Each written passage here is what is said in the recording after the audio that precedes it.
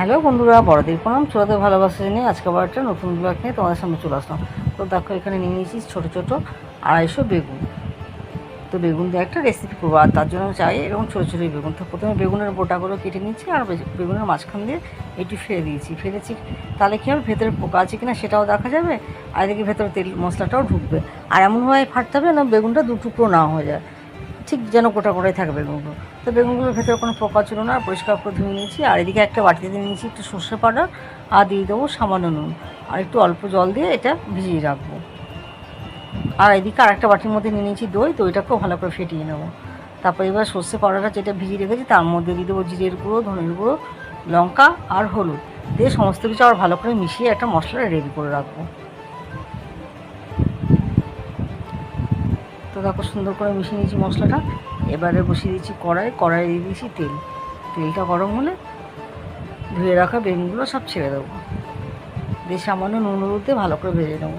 আর এই রেসিপিটা জন্য এরকম ছোটো সাইজের বেগুনই কিন্তু চাই, আর বেগুনগুলো যেন কচিও হয়, তবেই খেতে টেস্ট হবে। তো তারপরে সামান্য নুন আর হলুদ দিয়ে বেগুনগুলোকে ভালো করে ভেজে নেবো। এতটাই ভাজবো যেন পুরো বেশিরভাগটাই বেগুনটা ভাজা যাবে, খুব একটুখানি বাকি থাকে সেদ্ধ হতে, এইরকমভাবেই এতটা পর্যন্ত বেগুনটাকে ভাজতে হবে। তো দেখো, বেগুনগুলো সুন্দর ভাজা হয়ে গেছে, মোটামুটি সবটাই পুরো সেদ্ধ হয়ে এসছে। তো এখন বেগুনগুলোকে তুলে নেবো একটা বাটির মধ্যে, আর ওই কড়াইয়ের মধ্যে আর একটু তেল দিয়ে এবার দিয়ে দেবো যে মশলাটা রেডি করে রেখেছিলাম সেই মশলাটা, আর দিয়ে দেবো মশলা বাটিটা ধুয়ে একটু জল দিয়ে গ্যাসের আঁচটা কমিয়ে নিয়ে বেশ কিছুক্ষণ এটা কষাবো।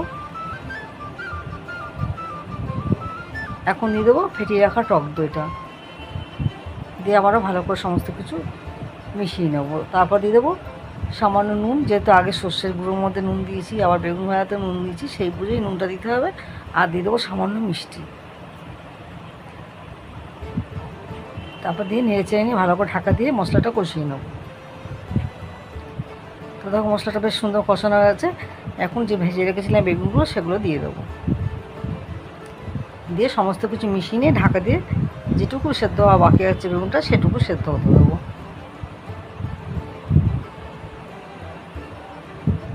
তো দেখো, আমার বেগুনটা সেদ্ধ হয়ে গেছে আর বেশ মাখা মাখা হয়ে আসছে। এই মুহূর্তে আমার বেগুনটাকে বেশ মাখা মাখা করে নামিয়ে নেবো। তো হয়ে গেলো আজকের মতো বেগুনের আমার রেসিপি। তো আজকের মতো সবাই এখানেই শেষ করছি। সবাই ভালো থাকবেন, সুস্থ থাকবেন। যদি আমার ভিডিওটা ভালো লেগে থাকে তো একটা লাইক ও সাবস্ক্রাইব করে দেবেন। আর খেতে কিন্তু দুর্দান্তই হয়, একবার খেয়ে ট্রাই করে দেখবেন।